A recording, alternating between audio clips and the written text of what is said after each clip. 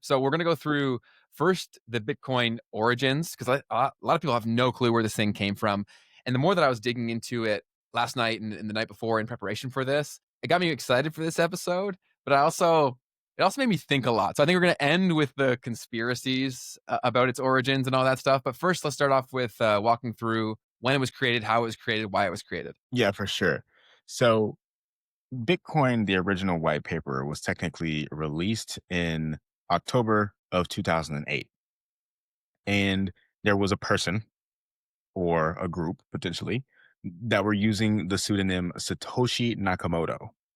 And what happened in 2008 was they posted a 9-page PDF to a cryptography mailing list called Bitcoin. Or excuse me, it was to a cryptography mailing list. And then they titled the paper Bitcoin, a peer to peer electronic cash system. So the idea here was like having a system that allowed people to send money without a trusted third party, like a bank or a payment processor. And the way that they were doing this was by combining cryptography, this concept of distributed computing, and an incentive mechanism that's called proof of work. And that is the mining mechanism of this network. So now around some of like, there's been a lot of speculation around like where this came from, like who were some of the first people that were using this thing and like maybe they were the ones who created it and things of that nature. And so there's a few names that come up when we're like, okay, who actually did this? Because at the time, right, like this was just kind of like a little hacker news thing, right? Like for the people who really knew, I maybe they were just visionaries enough to say like,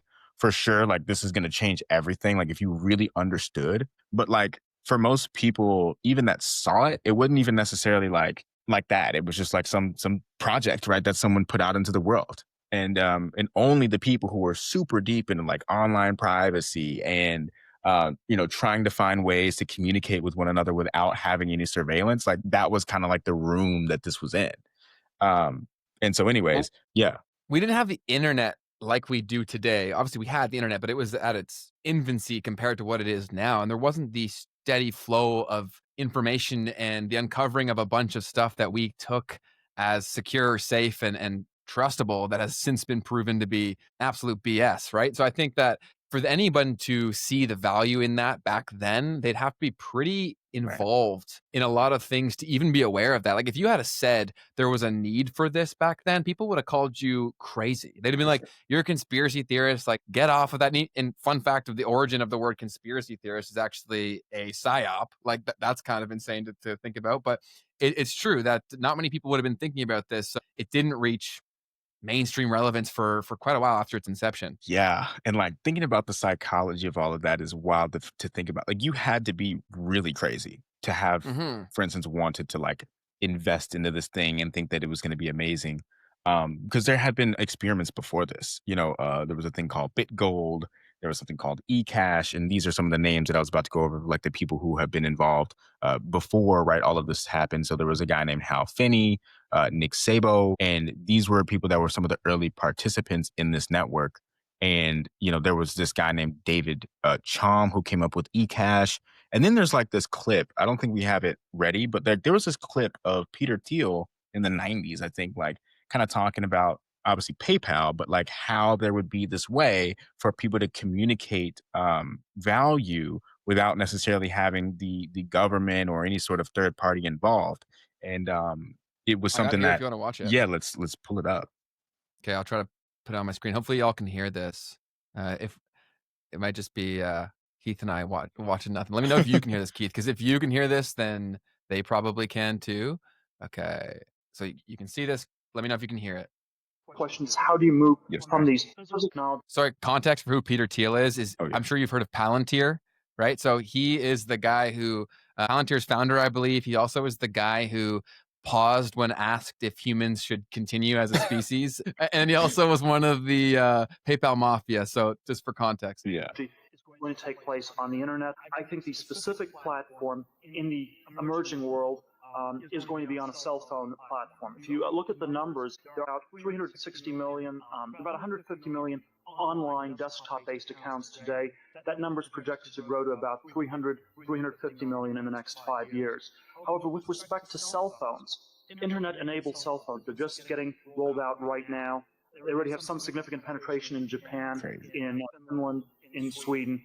What was your first cell phone, Keith? My first cell phone, I think, was a Razor, Motorola Let's Razor. go. What about Dang, you? that's dope. My first one was a BlackBerry Bold. I got it for my grade 8 graduation, and that thing had unlimited Twitter, Facebook. I was balling on that thing. I was throwing out crazy tweets. But let's get back to why we're Getting here. rolled out in Western Europe, US next year. The numbers are projected to grow from about 10 million internet-enabled cell phones today to about 1 billion in 5 years. In 5 years from now, everybody who is a member of the middle class in the emerging world and in the developed world will have an internet-enabled cell phone. And this sort of in China, the number is projected to go to something like 300 million cell phones, most of which will be internet-enabled.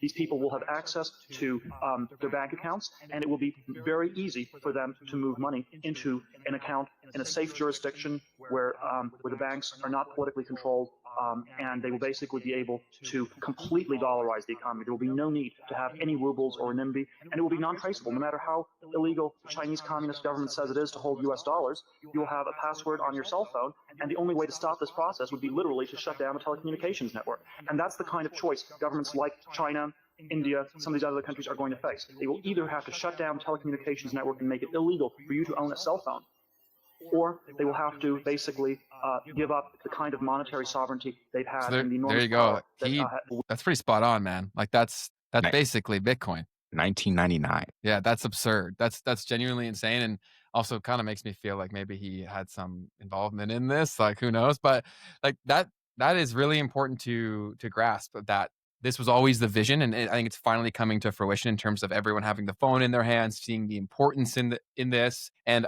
as we go through and explain Bitcoin more, I was even thinking about this last night where like I always try to pride myself on, oh, like I'm not a sheep, but like we're all sheep, man. Like we are, right? Like, and there's only so much you can do to really go against the grain there, but there's so many things that we just accept as normal under the guise of safety and security when really like it's such BS that we can't do certain things or we have to do things a certain way.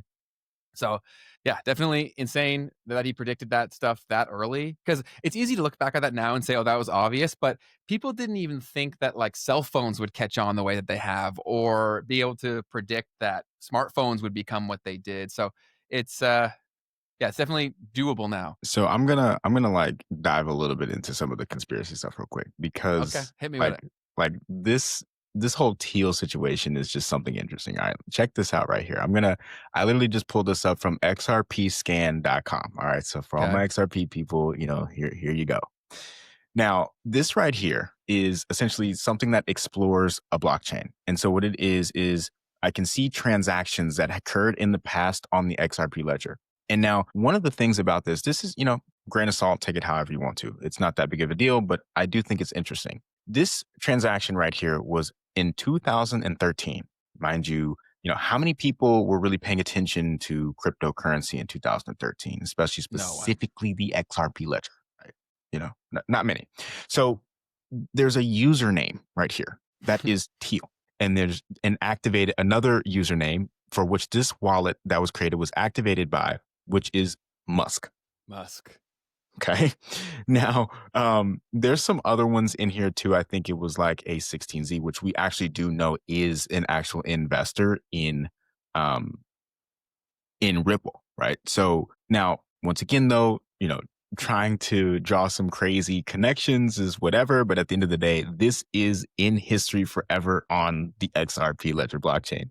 And so whoever was playing around with this at that time, they left a trace, whether it was actually them or not, it's there. Damn. Yeah, that's the benefit of, I guess, benefit or con of blockchain technology is that you can see forever how everything went. And with that, that's crazy that did they have to name their username their own No, name? Like, why did they do that? Okay. no.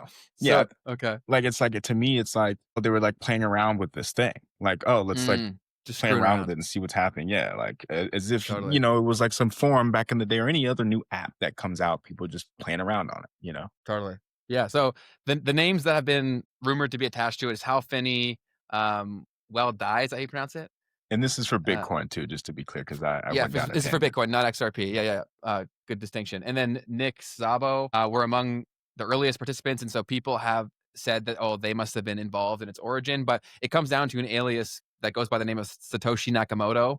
And the smallest fraction of a Bitcoin is actually called a Satoshi, little fun fact. And this dude, this random guy from, I don't remember what country he was from, but a guy was named Satoshi Nakamoto. Yeah. And that poor guy got a ton of crazy press over the name of people saying it was him. Yeah. So it's not him, but it wasn't. The alias was Satoshi Nakamoto, I think that guy was and like a professor or something in California. He was from somewhere else, I think, but he was a professor, and people were calling totally him out. poor guy. But that's why it was created. And it was also made right around the financial crash of '08, and that doesn't seem like a coincidence either. But when you think about what the utility is here, it sounds like just crazy internet money. And a lot of the early adopters were people who were doing organized crime and things of that nature. But like that's how most things start. Is they usually start on the fringe and then they start to creep closer to the mainstream, whether by design or by happenstance. That's how it goes. But with Bitcoin, there's so many things that we just take as normal, as I was alluding to earlier, that are only normal because really like the wool was pulled over our eyes during times of crisis. Like if you go back to 9/11, like the amount of things that changed in our everyday life in terms of freedoms and liberties that were taken away from us were crazy. Like the one example that I was thinking about last night was how normal it is when we go on a flight that we're not allowed to have $10,000 cash or it's a problem. Why is that a Oh, problem? all right, big baller Ben. No, no, but I mean, like, I've literally never tried to do that before, but why can't I? Like, that seems crazy to me. Like, get out of my business, man. And so with Bitcoin, you, in theory, have the ability to avoid censorship because you have an asset that is not something that you need to carry with you and it can live on the blockchain. So even if you theoretically if they were to take your phone or do whatever, it Exactly. still exists. So that gives you a lot of freedom and access to your currency or your asset, whatever you want to call it. That is pretty insane to think about what that can mean. Yeah, and I think for the positive sides of Bitcoin and why it has value and things of that nature, I think that alone can provide a lot of inherent value. Uh, to a network and an asset of that nature. And that's the thing about Bitcoin is like it's two different things in my eyes, right? Like it's an asset, it's something that you can buy, but it's also a network, right? That Hmm. has this token. You have the token called Bitcoin, but then you have the Bitcoin network, which is all of these computers coming together to create the actual Bitcoin. And that whole mechanism, the value that then entire network provides, right, is potentially actually being represented in that token. That's at least the goal, right? Hmm. And so, yeah, this idea of having a network that or an asset that you can take with you no matter what, like you're saying, the phone can go away, the computer can go away. It's still there. And there's, hundreds of thousands of computers that are participating in making sure that it's still there. So it's like if you were to try to shut this thing down, kind of like Peter Thiel was talking about in that video, you'd literally have to either play whack-a-mole with every single one of these miners and nodes on the system, right? Which isn't going to happen, or you just cut off the entire communications network. You know? Totally. Yeah. And we are experiencing crazy level of inflation, but in a lot of videos I was watching in preparation for this, they're like, are we experiencing inflation or currency devaluation, right? Where Mhm. the dollars are worth a lot less. And it essentially means the same to the end consumer, but the underlying mechanisms that bring you to that place are different. And the timing of this, if it was originated around the financial crisis, how everyone got out of the financial crisis was essentially they just printed more money, which really only impacted the everyday person, right? The buying power of your dollar goes down the more money there are in circulation. And plus, there's an infinite supply. So it's a pretty crazy concept that you can just print infinite money. Now they don't even print it. Like a lot of times it's just like created in a digital sense. So it's just to give anyone that kind of power is insane. And we've talked about this concept, but I really want to repeat this to really drive it into people's heads is that asset prices are just going to continue to get more and more insane because all of the leverage is held by people who already have assets. So even if they stimulate the economy and push more money into it, it flows up to the top and they just sprint to put their money in assets, which is why you should be taking a far deeper look into cryptocurrency and especially Bitcoin, because Bitcoin has a finite supply. Can you explain that whole concept to people? Yeah. So from the origins of the network, the idea was to create a specific limited amount of Bitcoin, being 21 million Bitcoin that will ever exist. That number, each Bitcoin is divisible into like 100 million uh, little units called Satoshis. And there is an disinflationary mechanism for how this Bitcoin actually comes into circulation. So from the origin, imagine you have zero, and then over time, what happens is all of these different computers compete with one another to actually essentially validate transactions over the network. And therefore, in that, they get a reward of a Bitcoin. That reward that they receive gets cut in half every 4 years. That is what the halving is called. So, yeah, so we have this disinflationary mechanism where the Bitcoin will continue to come into circulation, but at a slower and slower pace over time until I think it's around 2147 or something of that nature is supposed to be when the final Bitcoin is mined. And then you have all of this Bitcoin in circulation. And so the 21 million, right? The purely 21 million gives us this gauge essentially of um, the limited nature of the network, and it provides the scarcity that's built into this Bitcoin token that is priced in right now US dollars. But the idea is that over time, eventually, we see a world where prices are actually in Satoshis. And I think that touches on kind of what you were saying around how is this really like price inflation, or are we seeing a devaluation of the dollar and to the point that we get a new denominator being potentially the Satoshi? I think that a new denominator is an inevitable reality. It's going to have to, because just think about some simple first day of economics class, supply and demand. If you can print infinite money, like that just creates a very serious problem where the buying power of that just can deflate to literally zero. Whereas in Bitcoin world, there's only ever 21 million max. And so when you work, if you don't actively invest your money, and unfortunately, most people don't even make enough money to invest in the first place, you're just progressively getting more and more poor as your buying power goes down and your income doesn't go up. And it never will. Like it can't, because the people who have all the leverage, unfortunately, they know they don't have to pay you that much. And so because you need the check. You need it to survive. And so they just keep getting away with that. Go ahead. Yeah, and I think like this comes to some of the things that we talked about in the last episode too, because it's like, look, if you don't have any money, and someone commented this on one of my videos, they're like, me watching this video having $0 to invest. And it's like, in reality, the answer isn't always just Bitcoin, right? Some of the answer to the problems that individuals are facing is to like build businesses, quite frankly.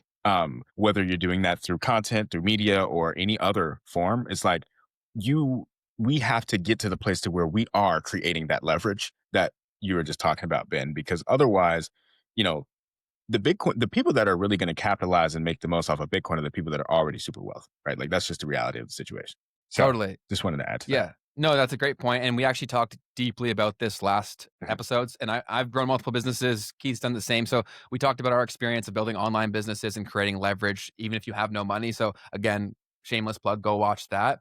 But it really, I actually want to double down on that for a second and talk about the person who does have no money. If you have no money, you certainly have an opportunity to make money either through exchanging your time towards direct, just like labor, or investing your time in better places to acquire skills that then puts you into a smaller level of competition that also yields more demand, right? Basic supply and demand. If there's a skill that's in high demand, but not many people have it, you can demand a lot more money for that skill. So, a great place to start is just going to acquire high leverage skills. And blockchain technology is actually a fantastic place to start. This is going to be a very growing and emerging market over the coming years. If you're stressed about losing your job, or you're stressed about finding a job in the first place, become well versed in this, because every facet of the Web3 world is going to be growing, expanding, and hiring in every line of the business. And so going and maximizing your return on your time is going to be really massive. And then also don't underestimate the impact of compounding and small decisions over time. My mom always says the same thing that the commenter said on your video, where she says, I have no money. What's the point? Even like $50, that sounds like no money. But if you had gone back 5, 10 years ago and you've been putting in $50 every month into Bitcoin, you'd have a good chunk of change, man. And then that gives you the leverage that you need to then make better decisions. Maybe that's how you grow the business. That's how you fund the business. And then your life can change, but it can only change by thinking like a rich person would before you're rich. And even if that means at a tiny scale you're doing these things, that's way better than nothing. Absolutely. Absolutely. And we see I just now saw a comment we got that came through and said, whoa, I've never been this early before. This I early for the live stream or on the channel? I Hopefully don't know. both. I don't know. What's up, Rising Complexity? Talk to us a little bit. I enjoy the Yeah, for sure. content. Keep up the great work. Well, we Let's appreciate you go. for tuning in. That's fantastic. Love that. Love that, man. But yeah, Bitcoin, hopefully this makes you very curious. And maybe we should go back for more of the why it matters. So the points that I had written down while I was preparing for this was currency devaluation / inflation. Pick your poison. Unfortunately, they're both bad for the end consumer. Other thing people go to is like, okay, if it's digital money, this is a concept we should probably explain, is solving the double spend problem, where because something is digital, and the example that the video gave was, okay, I take a picture on my phone, I send the picture to a friend. We now both have that picture, Mhm. but how do we know which one was the original? So Bitcoin also solves that, where you two people can't have the same Bitcoin and everyone knows which Bitcoin is which. And so that solves the double spend problem of that you need to solve for money. Another important thing to discuss here is the concept of a central bank digital currency. Because a Mm, lot of people don't know enough about crypto to understand the difference in the first place. They just think, oh, digital money, it's all the same. right. And why a central bank digital currency is a terrifying concept that if we get there, I don't know if you can really return from that. Yeah. Okay. This is one of my favorite topics because Let's go. I've watched this very closely over the past 5 years, I'd say. Um, so, the difference between a cryptocurrency and a central bank digital currency is that a central bank digital currency would be centralized. Now, the distinction between what's harder to distinguish is the difference between our current digital money and a central bank digital currency. Now, what I think we can look at is as the actual separator between these two things is that yes, we have digital money, but we don't have tokenized money in the central banks today. So, meaning that these dollars that exist in the system that we have today are not necessarily internet native dollars, Mm, meaning that these dollars in our system today can't necessarily be taken from one system to another system, for instance, without there being an intermediary in that process. And that's what would kind of be a potential difference between a central bank digital currency in that, first off, you would have a national central bank digital currency, but then you can have other nations that have their own central bank digital currencies that could then be interoperable with one another got it. in on the internet, right? Rather than through uh, all of these financial entities, if that makes any sense. So that's kind of the basics of a central bank digital currency. It would be issued by a central bank, right? And there's two different methods that you could do it, where you could do one where you give it directly to the citizens, where I think in the Bahamas they have something like this where they call it sand dollars. And the central bank itself becomes like the place that a citizen can actually sign up for an account at their Federal Reserve or their central bank, right? Mhm. And they get access to these tokenized deposits. Now, the other form of this is to have an intermediary of the commercial bank in between that, kind of like how it normally is today, where we have the central bank and then the commercial bank that is responsible for essentially getting the central bank money into circulation. So, Totally.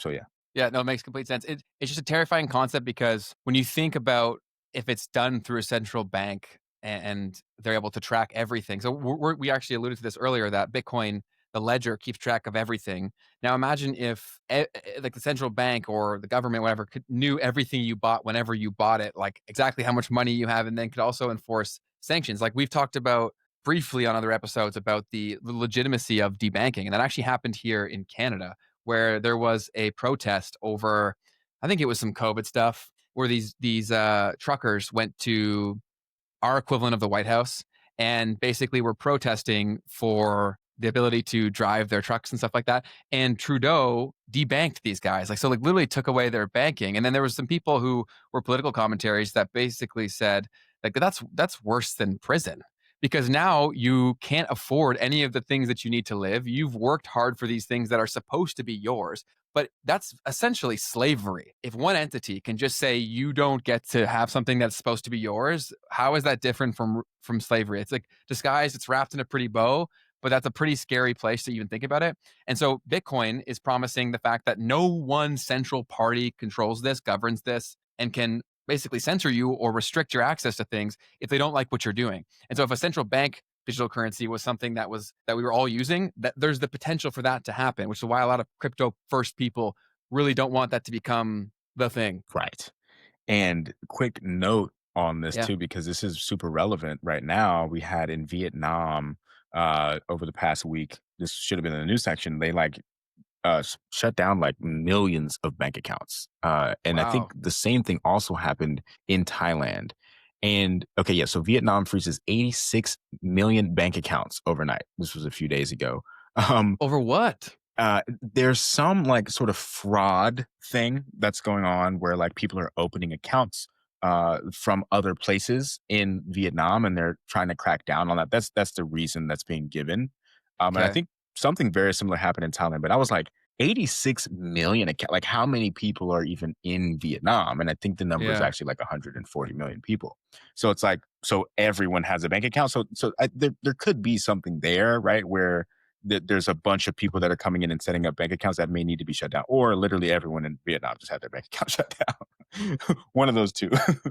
I just think it's insane to give a human being that kind of power. I don't worry about the individual. I think that people are inherently good, but I worry about everyone's ability to be pushed towards bad things to protect things that they love. And I think every human being has that. So even the purest of person can be tainted by evil. Mhm. And that's what scares me is I want a system to be built where that is impossible to happen because no one has the opportunity to even be put in that situation to be tainted, to be messed with. And I think a lot of the problems that exist is because if you really think about it, if you have enough money and you're willing to do anything, there's not much you couldn't make happen, right? Like everybody's got a price or everybody's got something they're not willing to lose, right? And Right. so in a system where you can just be shut out of it entirely, Mhm. if you piss off a few people, that's an incredibly scary proposition, which is why a lot of people who are Bitcoin purists are like, this is Exactly. why we need this. Go ahead. Yeah. So to round that off a little bit around why central bank digital currencies are super scary is because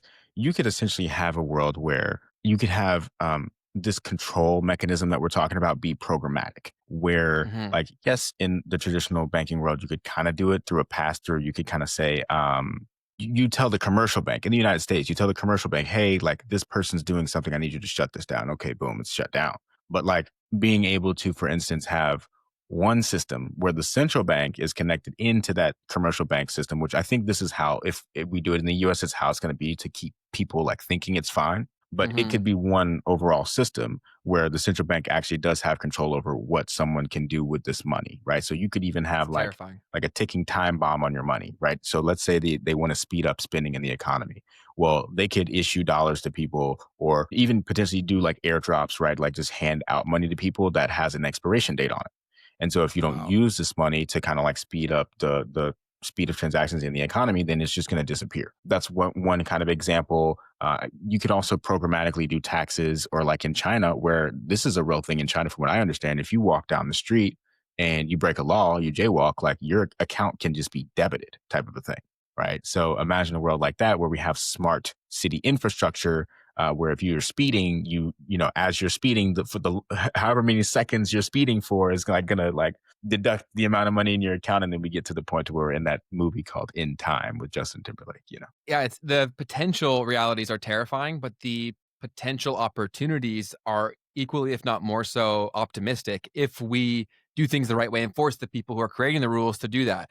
And the only way we can really do that is if you become educated enough to have an informed decision. And I think the unfortunate reality of most people is that they've made an opinion on crypto or Bitcoin scam, and then they just shut their brain off. And that's an incredibly irresponsible thing to do, which is why we created this show in the first place, was to hopefully bring some general awareness to a general audience on what this stuff is. And like all these things we're talking about, that makes sense. Like it's a far superior form of money, but it starts with Bitcoin, right? And if you get more educated on blockchain technology at large and look at what other things could be done in terms of solving a lot of our other problems that are related to this stuff, it's pretty endless in terms of the improvement we could make.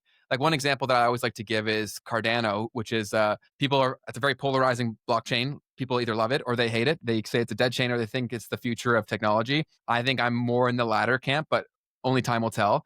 But they have what's called governance, right? Which is decentralized governance, so that you actually get to participate in terms of voting on what gets done. So imagine a world where we actually got to vote directly on decisions being made. So if you think about this other issue of influence and how easy it would be to basically buy up politicians or threaten politicians and make them do whatever you want, you can basically buy up any sort of political establishment.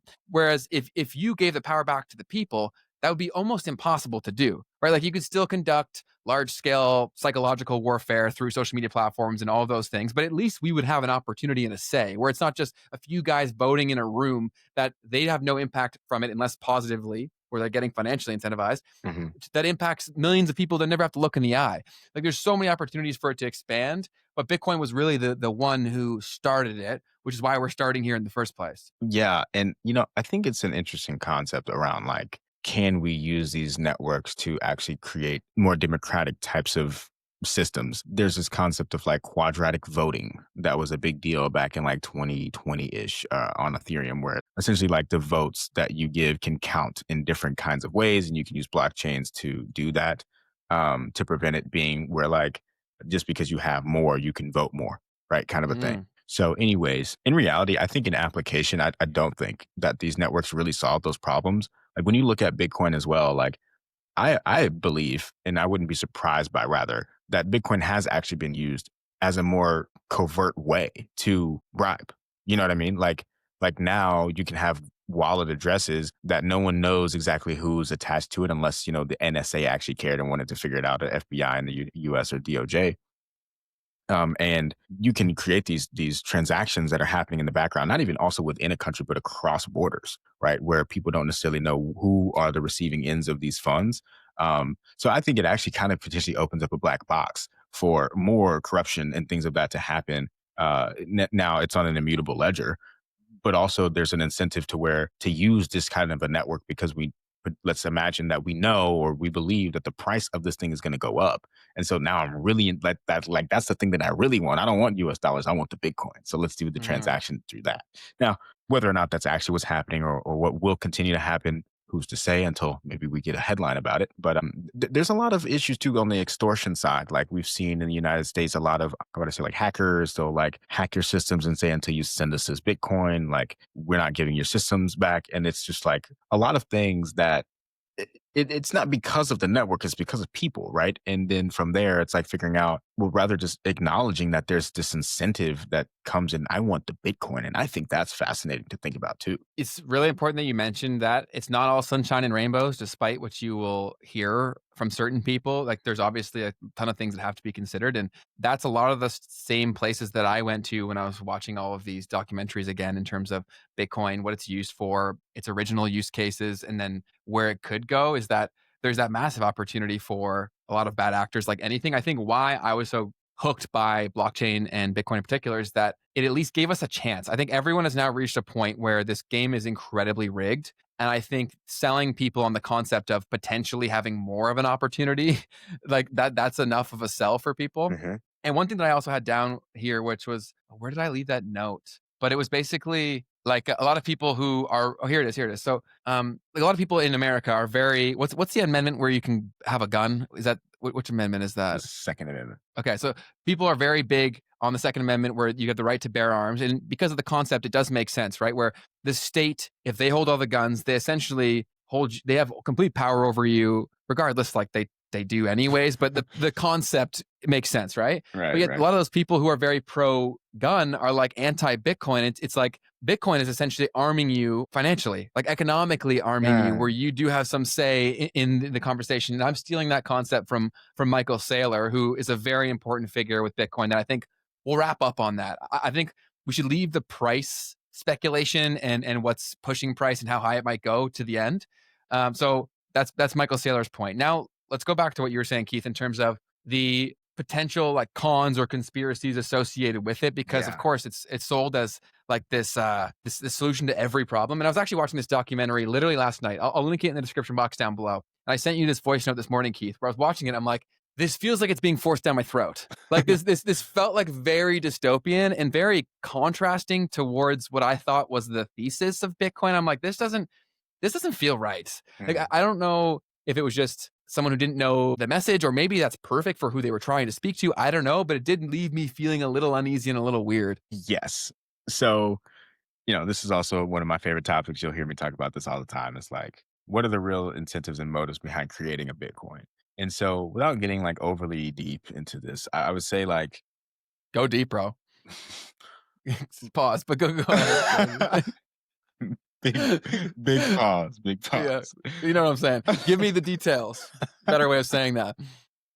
All right, we're on track. We're on track. So, from a nation state perspective, it's like, I'm sorry.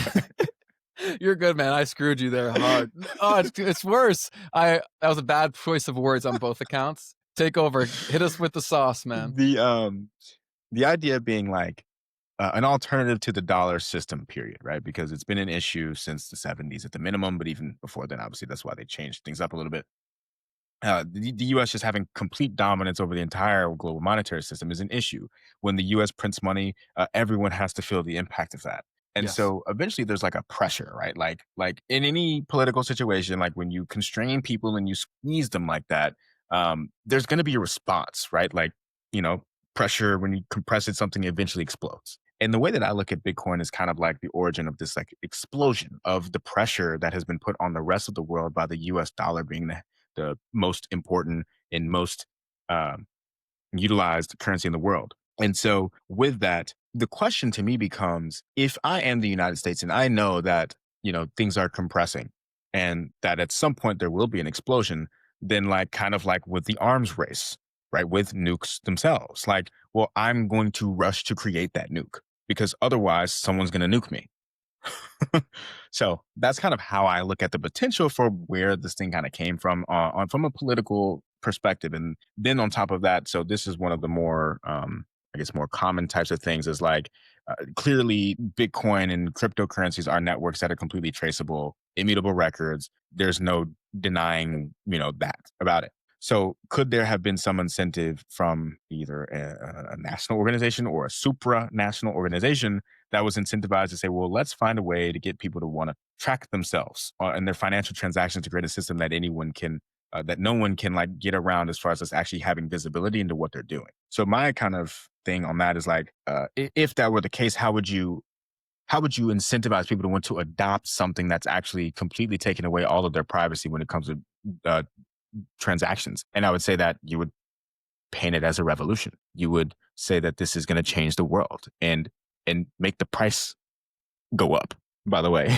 is another part It's of it. it's perfectly designed, right? It's leveraging all of our innate desires, our innate impulses, and almost in perfect timing execution too, right? Like Okay. the fact that it has to something to reach the mainstream, it has to start as fringe because it needs to develop the cult, the community, the spreading mechanism to then make it reach a mainstream. And then you slowly bring in more people as you get ready to play the game as you want it to be played. You don't want everyone in at once, otherwise you can't set everything up exactly as you want. You got to experience little things like how does this pocket, how does this influence crime? They're probably in on it, but like how does this get impacted everything across the board? And then naturally, when you feel like okay, now you've got your ducks in a row, now you start pushing it to people, and that's what I think is about to come here in the coming months, where everybody who was previously saying this is a scam, don't buy this, are going to be the same people brand championing this stuff like crazy. And one point that you made, Keith, that is so important to think about is that people are so in the weeds of their day-to-day life, they don't have the opportunity to think about macroeconomic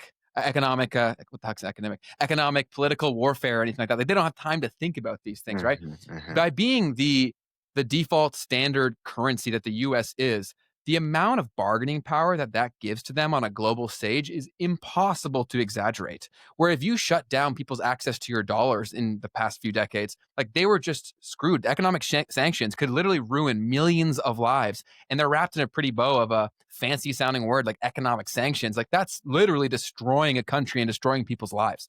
So I think that you're on the money. That my other point that I wrote down after that was this is such a forward thinking concept that there's nothing in me that could believe that somebody who was this smart wouldn't be on the government's radar. Like there's no world with the surveillance that they do that if someone thought like this, Yeah, was thinking like that, like there's no world that they wouldn't know that. There's no yeah, possible way. They can listen to anything whenever they want. You're thinking they don't know this freaking genius is pulling this off? Like I find true, that hard to believe. true, true. Especially if there's more than one person involved, where there has to be some level of communication that's taking place. Like that's a good point. Completely. You can't, get a lot of stuff done without the government, kind of stepping up and Yeah. saying, What "What's up?" what are they doing? Sending carrier pigeons? Like, no, obviously it's all trackable. Like so yeah, man, it's insane. But is there any other conspiracy theories that you wanted to go over I before we think get into the price stuff? I think that's the main stuff. Like, when people talk about like the government kind of in the US specifically kind of coming up with this, there's the idea that maybe like it was specifically the National Security Agency, the NSA, or the CIA, the Central Intelligence Agency. Another theory has been like that it came out of China. I think would have been kind of one of the OG ones was like, China released it to overthrow the US dollar. The one that we went over first is kind of like more 2D, 3D chess kind of move where it's like, no, let me Hmm. do it first. But that's another theory that's kind of out there that floats around. Some people might even comment and say that like this came from some sort of foreign intelligence, whether it was like hmm, AI, some like early form, primitive form of artificial intelligence, or even some people have claimed that it was an alien that came down and gave us this Bitcoin technology. It's a I'd be down for that, man. so, I think another thing too on that point is like technology that we do see get released, like from governments, usually like there's a delay in like what it is that we actually see getting released. Decades, if not more. Right. So it could even just be as simple as that, as like governments around the world kind of like developing technologies that have been in the works for many years, and then finally it actually comes out to where we see it. And I really had an actual example of this because I had no idea. But when you look at like these blockchain networks, let me just like they have been using blockchain networks, and because they are the most secure form of an internet network. And so I looked at the Department of Defense. I'll continue to dig deep enough to where I can present this stuff to people. But the Department of Defense and the Army in the United States has released a lot of documentation around like the work that they've done to create private secured networks. And like it's kind of clear that they have kind of been working with this type of technology potentially before it has been released to the public. So just, tinfoil hat. But Buddy, I'm right there with you. I think I should just permanently put a tinfoil hat on my head and just walk around with it. I think that'd be appropriate for me. But like behind there, I have an original UFO from Bob Lazar, who was the first whistleblower that talked about Area 51, S4, etc. So like UFOs are real. Not to get on a tangent, that can be another episode. But like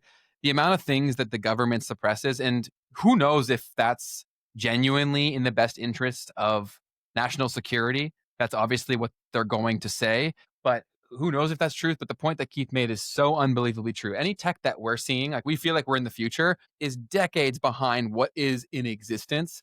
And there's also tons of other proof out there where people had made groundbreaking discoveries that would have really undermined the current standing of how things function. And they go missing all the time. I recommend going down that rabbit hole on the discoveries that have already been made, and even go back to the advent of industrialized internet, or not internet, sorry, electricity, and look at the decisions that were made there and why they went with certain technologies and who was paying for that and why they were paying for that, and the smear campaigns that went on for more like superior technology. So there's so much of that, and there always has been, because when the incentives are in place for someone to be on top, they don't want to ever lose that standing. And so naturally, with unaligned incentives, you're going to have unaligned outcomes. Charlie Munger talks about that at length. I strongly recommend reading anything he's written.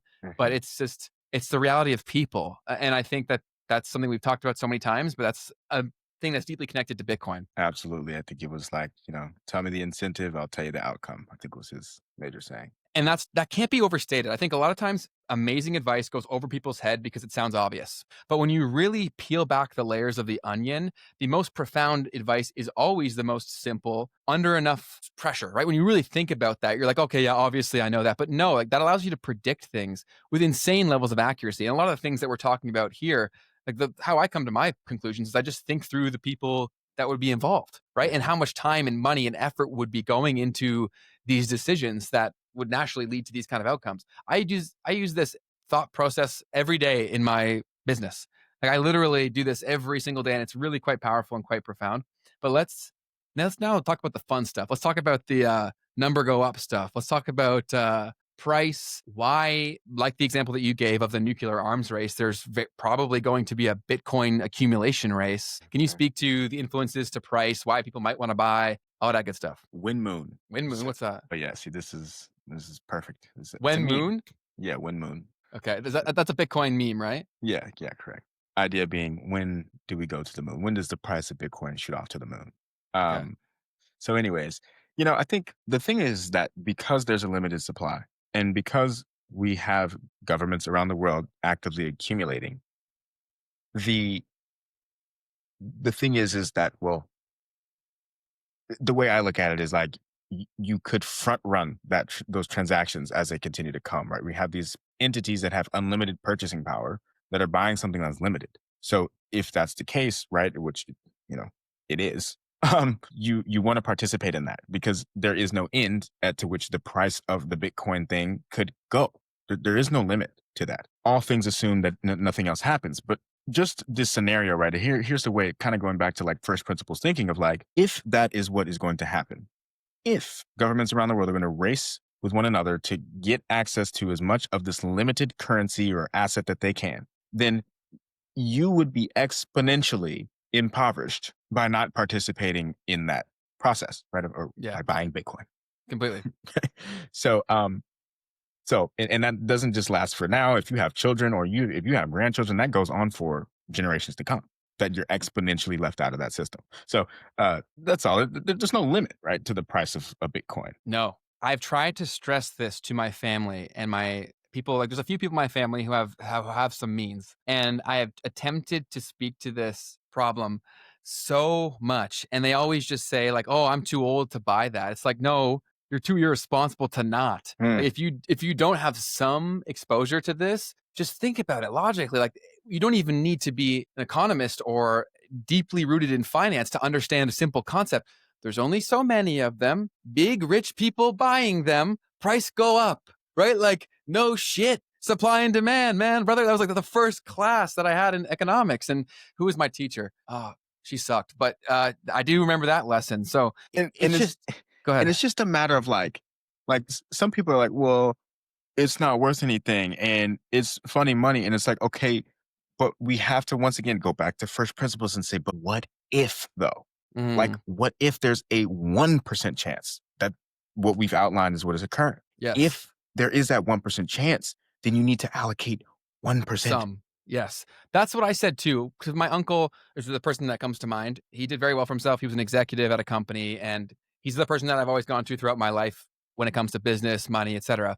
And he's curious, but we talked about this in the previous episode too, where the grooming of people to be afraid of finance is so deeply in people's psyche where I see their eyes like glaze over whenever I say certain words or whenever I try to frame a concept. And I'm not even using deep jargon. Like, I do try to speak in simple terms, and still there's like, still don't get it. I still think it's fake money. It's like, brother, I don't care if you think it's fake money. First of all, your money is fake, Right. right? And much like what you're saying, how if the people who are this rich are now championing this change, the chances of it not working out, like you said, 1%.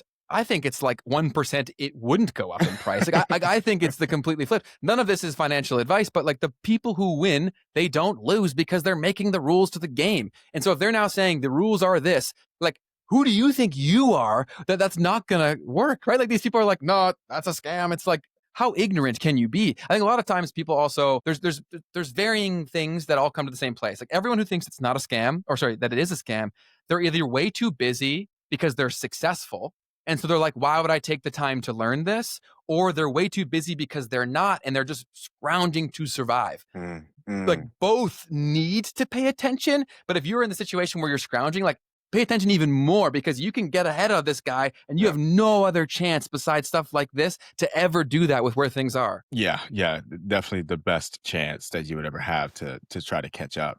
And I kind of forgot what I was going to say, man, but You're good. You want me to take yeah. over? Yeah, go ahead. Go ahead. Okay, so here's the Bitcoin price chart, right? And this stuff is Yeah. insane. And so I learned about Bitcoin when I was a wee lad, like 14, 15. Mrs. Voke talked about it in our grade 10 business class, and I perked the hell up. I was listening like crazy when she was talking about this concept, about it being used on school campuses. And then she also said that it was used for crime and all that stuff. But just the concept really blew my mind.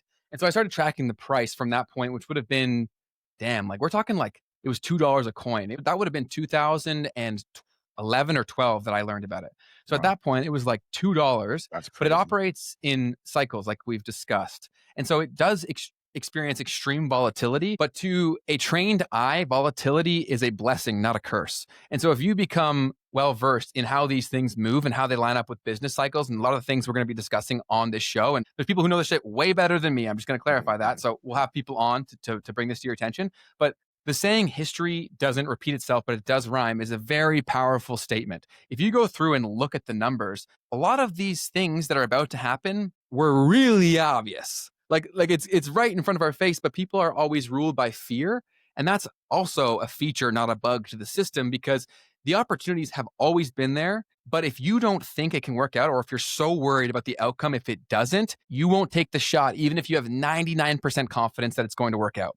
That is really how most people stay poor, is because even when they did have that chance, they didn't take it. And that becomes the thing they echo throughout the rest of their life is that regret where I didn't take a chance. And I'm not saying that's Bitcoin. I'm not saying that's anything. I'm saying you should bet on yourself. If you've done Mhm. the research and you've looked into something, take a foot.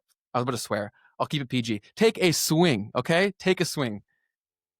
You know, this was the thing that I was actually going to talk about. Just like looking at the chart itself, right? Like we can speculate on the value of the Bitcoin or whether or not it's going to last or whatever. And by the way, speaking to the concept of like history rhyming and repeating, like there is also a chance that this is just the biggest bubble we've ever seen, like in our modern history. That is also an option. Like I don't take that off the table. What would you put the percentage of that? I would say it's a non-zero chance, you know? Like that's how I look at it. It's a non-zero. And with that, right, you always hedge your bets.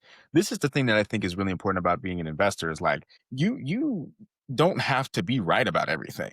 Like that's You can not be the wrong goal. all the time. Yeah, it's like I might hit 40, 30% of the time, but when I'm right, I win twice as much as when I lose, right? So this concept of expected value and even from a higher level like game theory type of Mhm. thinking, you just want to be exposed, right, to things like Bitcoin because so far not being exposed to Bitcoin has cost you what like millions of percent. Life-changing What money. is that?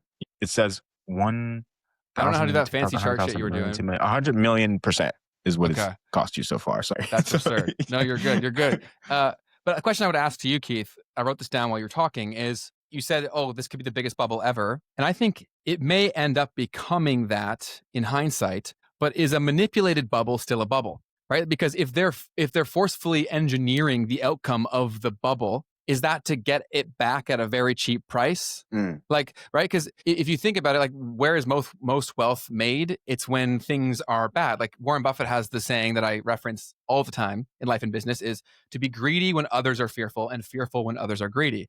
Right. So I think that for sure it's going to crash in a very major way. I do think that the floor will inevitably be a lot higher because so many high profile stakeholders will be incentivized for it to not go too low. And also institutions, they play longer games because they have so much money where they can't really lose off across a long enough time horizon.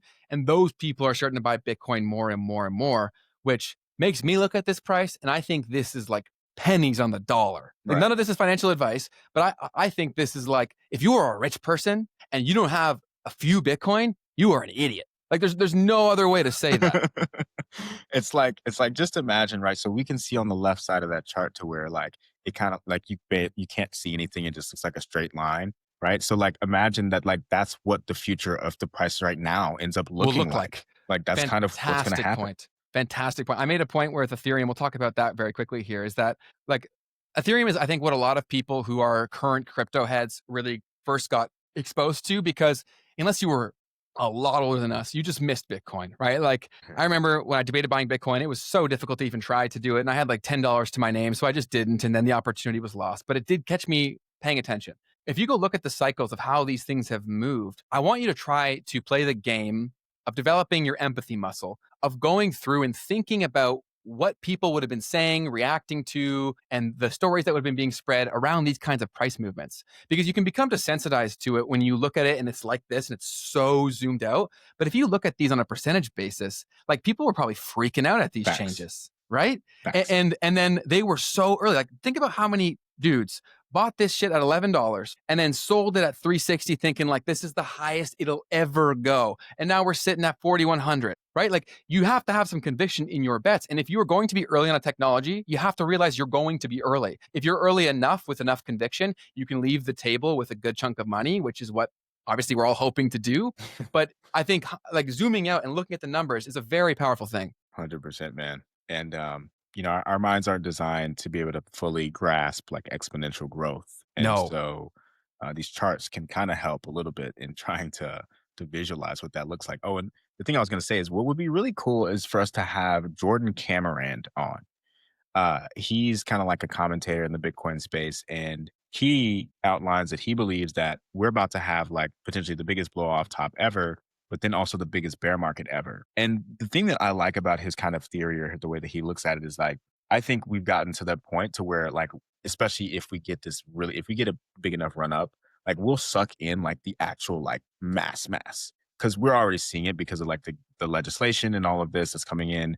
But then what he's kind of saying is like we're gonna suck in everybody, And then what's going to happen is this the biggest crash you've ever seen in crypto, and then now no one will come back. So that high level manipulation of what you were talking about, of like, I'm talking about like a 5-year bear where prices do go lower than even the previous low that we had, maybe like down to like $20,000 Bitcoin or something, even more dramatic maybe than that, like It, $5,000 Bitcoin, and people think it's dead, and unless then you get the mother of all kind of runs up in the world. But that's his kind of thing. unless unless there's an inability to try, I don't think he's looking broadly enough at human psychology. Like, there's a reason why we forget our injuries. There's a reason why we forget broken hearts, because if we didn't, we would have died. Right. So, like, I do think that even a shell shocked human being will, in a fight or flight mode, or if they think the opportunity is big enough, like, they will take a shot.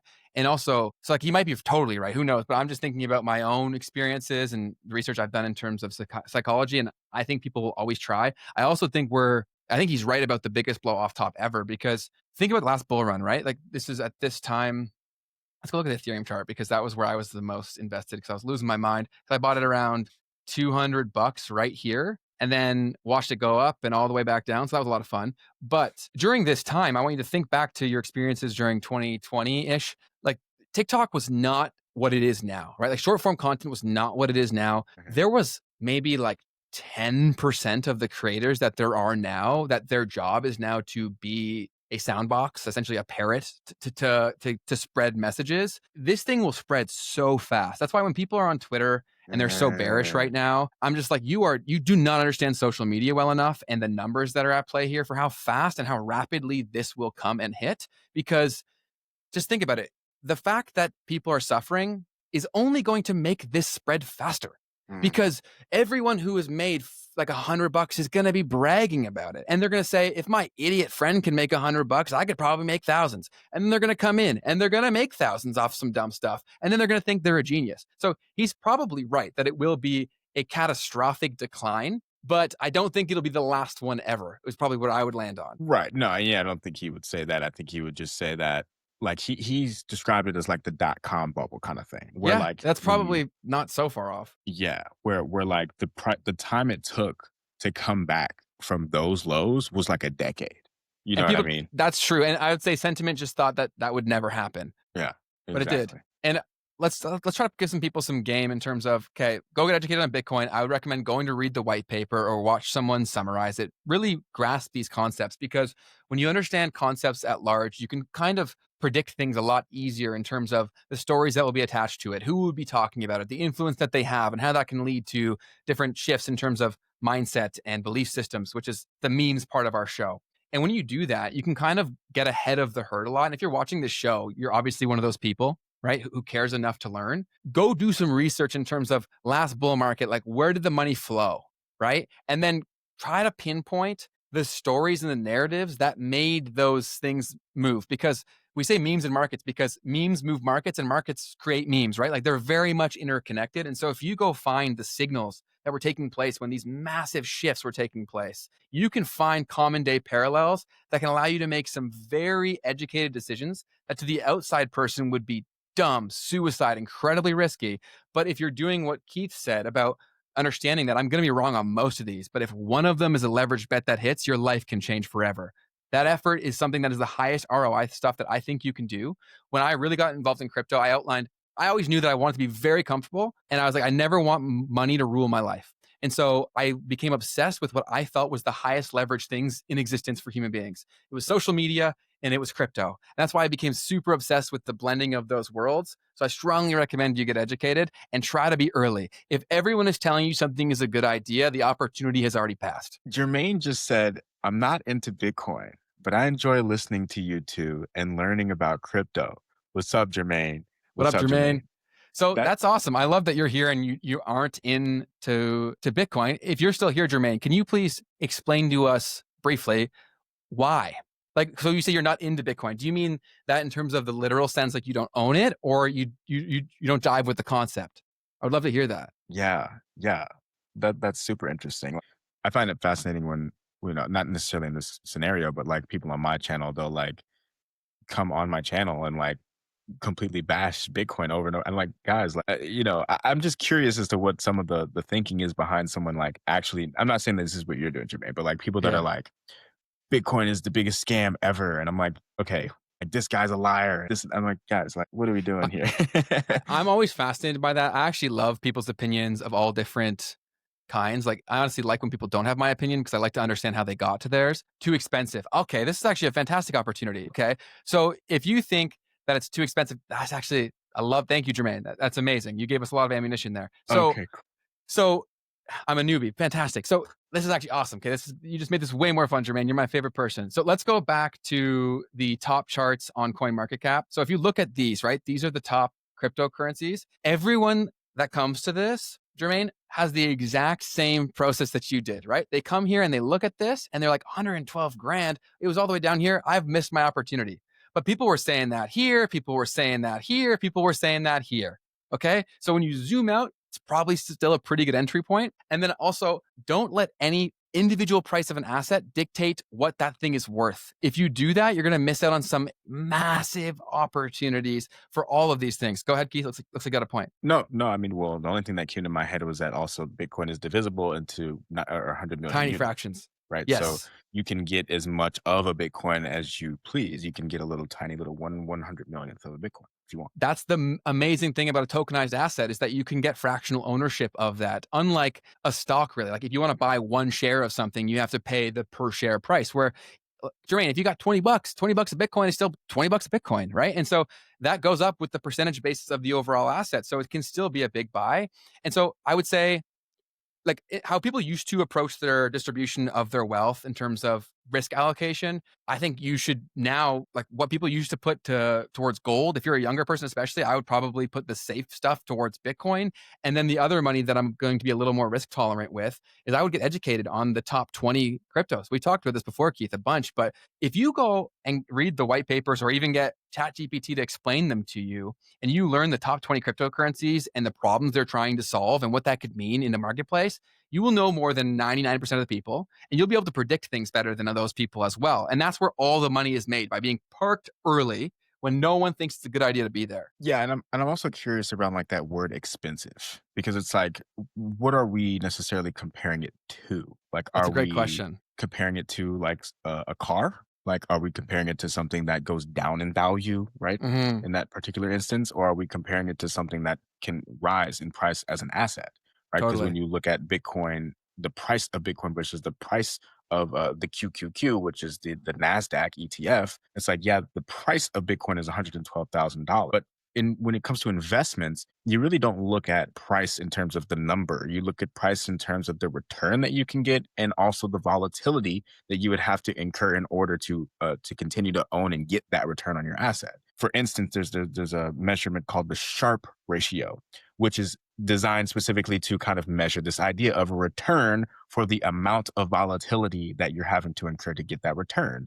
And so the higher the Sharpe ratio, the better it is for risk to reward on what you're getting from this asset. And that is how you might want to look at the price of an investment opportunity, right? Because you're only worried about the return relative to the amount of money that you have. In this case, because you can just buy a fraction of a Bitcoin. So hopefully Hmm. that also provided some color to that thinking as well. Super well said. And also, another thing that can be helpful is looking at, as I mentioned earlier, the percentage differences over time, right? And remember how loud people were screaming when it dropped from 17K down to 3, about how anybody who owns this is an idiot, all that stuff. And look where we are now. The people who bought at 3K are pretty happy they did that. So Absolutely. so that's it. I strongly recommend getting educated.